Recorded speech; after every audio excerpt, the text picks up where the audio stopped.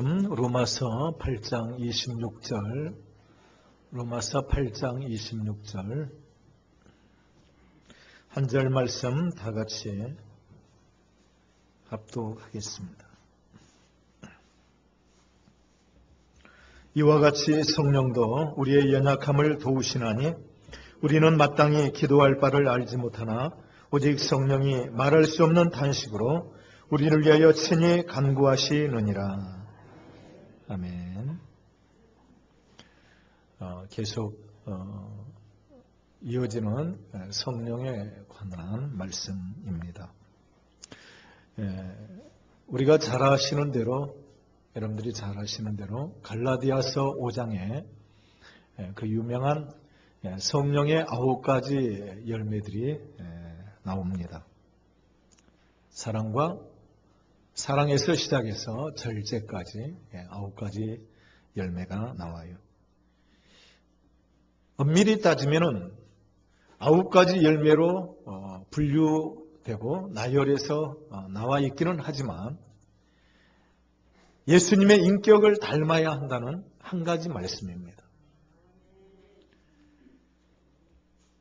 예수님의 인격이라고 하는 하나의 열매가 9가지 형태로 양상으로 나타났을 뿐이지, 따지고 들어가면 예수님을 닮아야 된다는 것, 예수님의 마음, 예수님의 품성을, 인격을 닮아야 된다는 한 가지 말씀이에요. 그렇기 때문에 성령을 따라 사는 사람, 기독교인들은 대부분 여기에 이제 포함이 되죠. 특별히 은사 운동을 한다든지 성령 운동을 한다고 하는 사람들, 성령 충만하다고 하는 사람은 이후 여하를 막론하고 예수님의 인격, 예수님의 성품을 닮은 사람이어야 하나님이 인정하시고 또 사람들도 감동을 받는 그런 이제 모습이 됩니다. 그러나 오늘날 바로 이렇게 은사주의 운동, 신비주의 운동, 성령 운동을 한다는 사람들을 보면은 전혀 그렇지 않아요.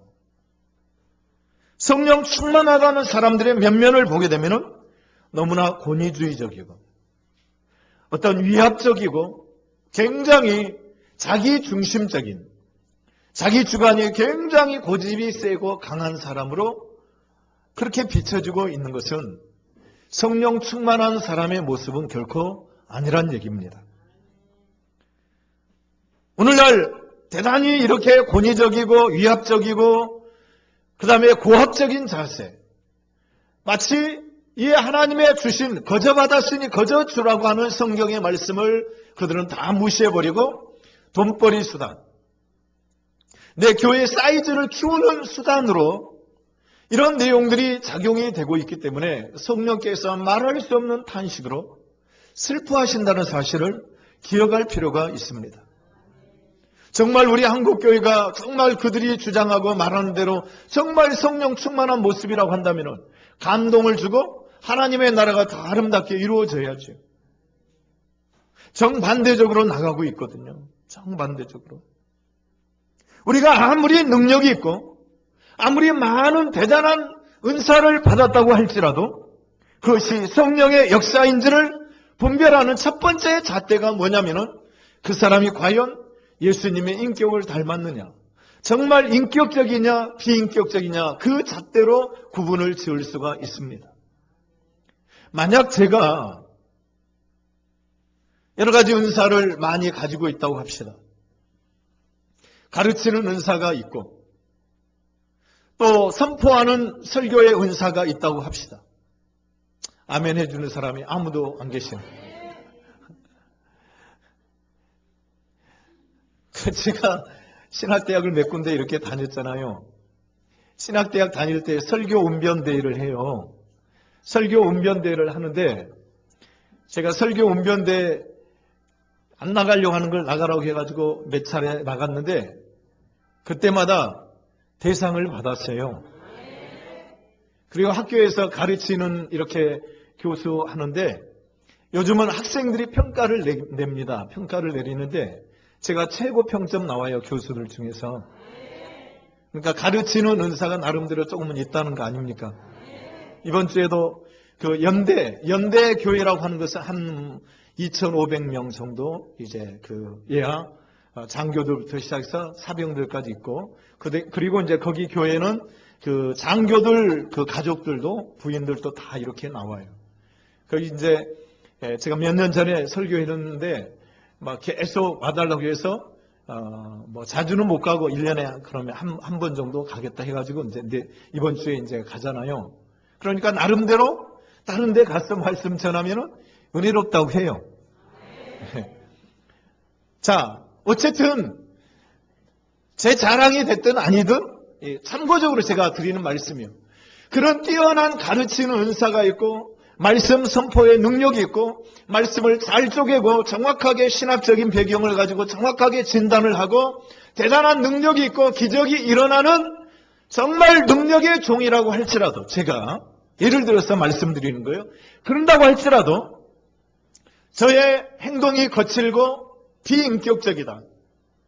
성도님들을 막무가내로 막 대하고 함부로 대하고 교육자들을 함부로 대하고 이렇게 조인트를 까고 말 안 들으면 주먹질하고 뺨을 올리고 이런 사람이라고 한다면 저는 절대 결단코 저는 성령의 사람이라고 할 수가 없다는 얘기예요.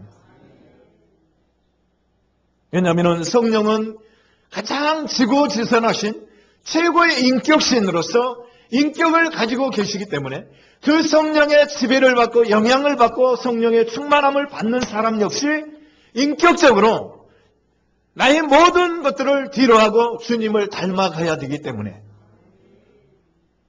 그러니까 저 사람이 성령 충만하다 그럼 막 날뛰고 막 펄펄 뛰고 막 대단하게 뭐 어떻게 해야 성령 충만한 게 아닙니다, 여러분. 성령 충만은 그리스도로 충만한 것이고 말씀으로 충만한 것이고, 그리스도로 말씀으로 충만하다는 것은 가장 신사적이고 가장 인격적이어야 한다는 얘기예요. 할렐루야. 그래서 우리가 추구해야 될 가치는 열매 하나하나에 있지 아니하고 오직 한 가지, 너희 안에 이 마음을 품으라. 곧 그리스도 예수의 마음이니. 그리스도 예수의 마음을 우리가 품는데 우리 신앙의 목적지, 목표가 거기에 있습니다. 아멘.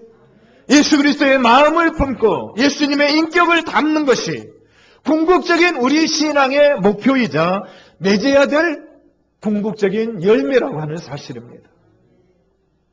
할렐루야.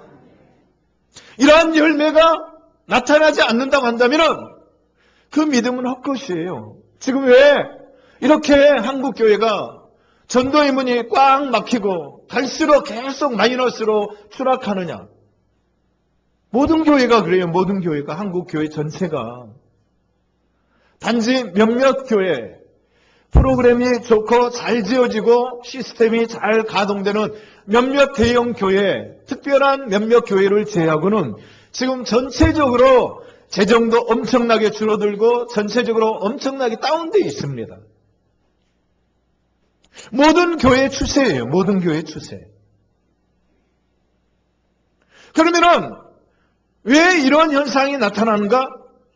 너무 비인격적이라는 거죠. 교회가 비인격적이라는 얘기는 건물이 비인격적이라는 의미가 아니라 하나님을 믿는 사람들, 성령의 인도를 받고 충만함을 받는 사람들이 너무 비인격적인 저사로 나오기 때문에 이기적이고 너무 자기중심적이고 너무 고집적인 그런 모습이 있기 때문에 세상 사람들에게 선한 영향력을 미치지 못하고 감동을 주지 못하니까 전도가 안 되고 막히는 거예요. 그러니까 대단히 우리 한국교회가 잘못 가고 있고 잘못 믿고 있다고 하는 것이 나타나는 거죠. 그러죠? 지도자들부터, 저를 유실한 지도자들부터 인격적이지를 못해요.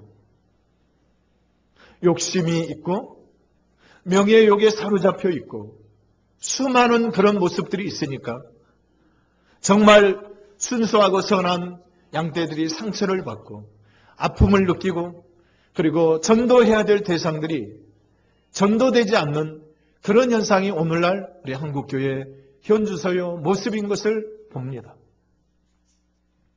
성령의 열매는 예수님의 인격을 담는 것.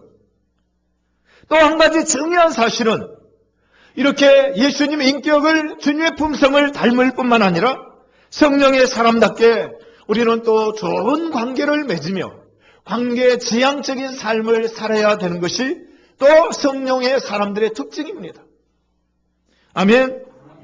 갈라디아서 이제 5장을 한번 찾아보세요.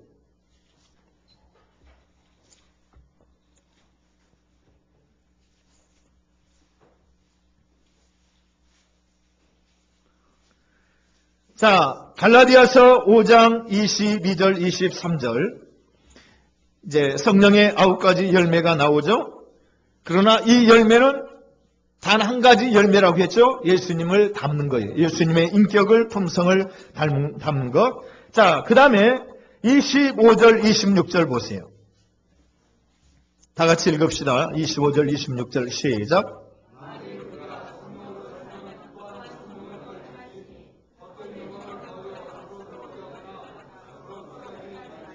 아멘. 성령으로 살면 성령으로 행하라는 얘기죠. 이것이 정말 바르게 믿는 사람들의 모습이에요. 그렇게 되면 어떤 삶이 되느냐? 헛된 영광을 구하지 않는다는 거죠.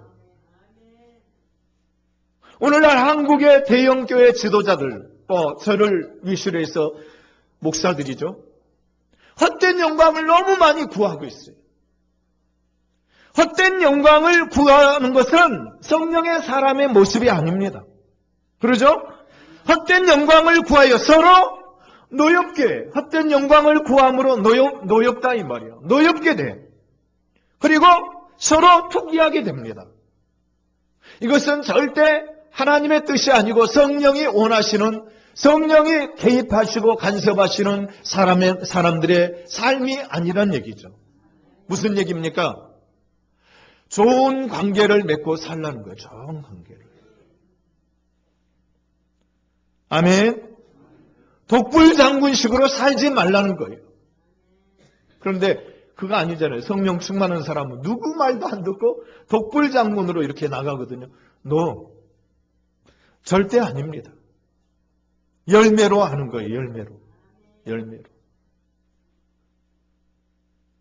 저는 목사님들 세계에서도 그런 모습들을 너무 많이 봐요.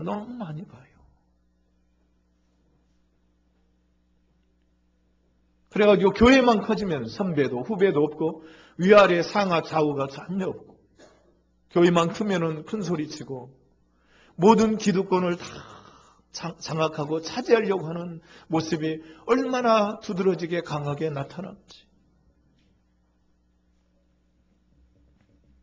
성령의 사람은 한마디로 말씀드리면 그거예요. 지극히 상식적이고 지극히 합리적이고 아멘. 지극히 인격적으로 산다 이 말이에요. 다른 사람을 헐뜯고 해코지하고 수군거리고 비방하고 앞장서서 그런 일을 하지 않는다 이 말이에요. 앞장서서 질서를 지키고 화평을 도모하는 사람이 성령의 사람의 모습이어야 한다는 얘기죠. 할렐루야. 담을 쌓거나 독선적으로 사는 게 아닙니다. 깊은 산속에 들어가서 사는 게 아니에요. 더불어 같이 사는 거예요. 더불어. 성령은 누구신가? 지극히 인격적인 하나님이시다. 인격신이시다. 지고지선하신 영이신 하나님. 그분이 성령님이세요. 그렇기 때문에 성령의 사람들 역시 하나님의 사람들 역시 지극히 합리적이고 상식적이고 인격적이어야 한다는 얘기입니다. 이거 벗어나면 절대 안 돼. 아멘. 그러니까 옛날 할아버지 할머니들 잘 믿으신 분들 보면은요. 배우지를 못하셨어요. 배우지를 못하셨는데도 불구하고 얼마나 인격적이고 얼마나 신사적인지 몰라요. 예수님을 바르게 믿고 성령으로 충만하고 하나님의 말씀으로 나를 개조해서 나가니까. 할렐루야. 거칠어지면 안 됩니다. 죄악의 쓴뿌리가 돋아나면 안 돼요. 철저히 뽑아내고 늘 나를 써서 복종시켜 성화를 이루는 아름다운 성화를 위해서 우리는 늘 부단히 노력하면서 달려가야 됩니다.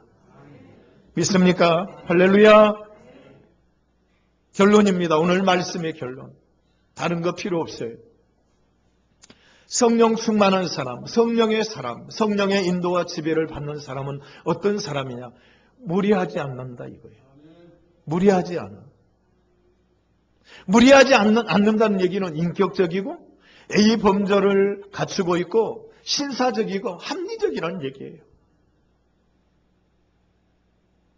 우리 모두가 정말 직장에 있어든 학교에 있어든 어디서든 정말 우리가 그런 가장 인격적이신 하나님을 성령님을 믿고 살아가기 때문에 우리 역시 그런 아름다운 미소 그리고 말 한마디 행동거지 하나하나에도 무게가 있고 진정한 모습으로 감동을 주고 정말 영광 돌리는 기쁨을 줄 수 있는 우리 모든 성도님들 다 되시기를 주의 이름으로 간절히 축원해 드립니다. 예수님의 마음을 소유, 예수님의 마음 부단히. 그래서 하나님도 기뻐하시고 내 안에 내주하신 성령님도 기뻐하시고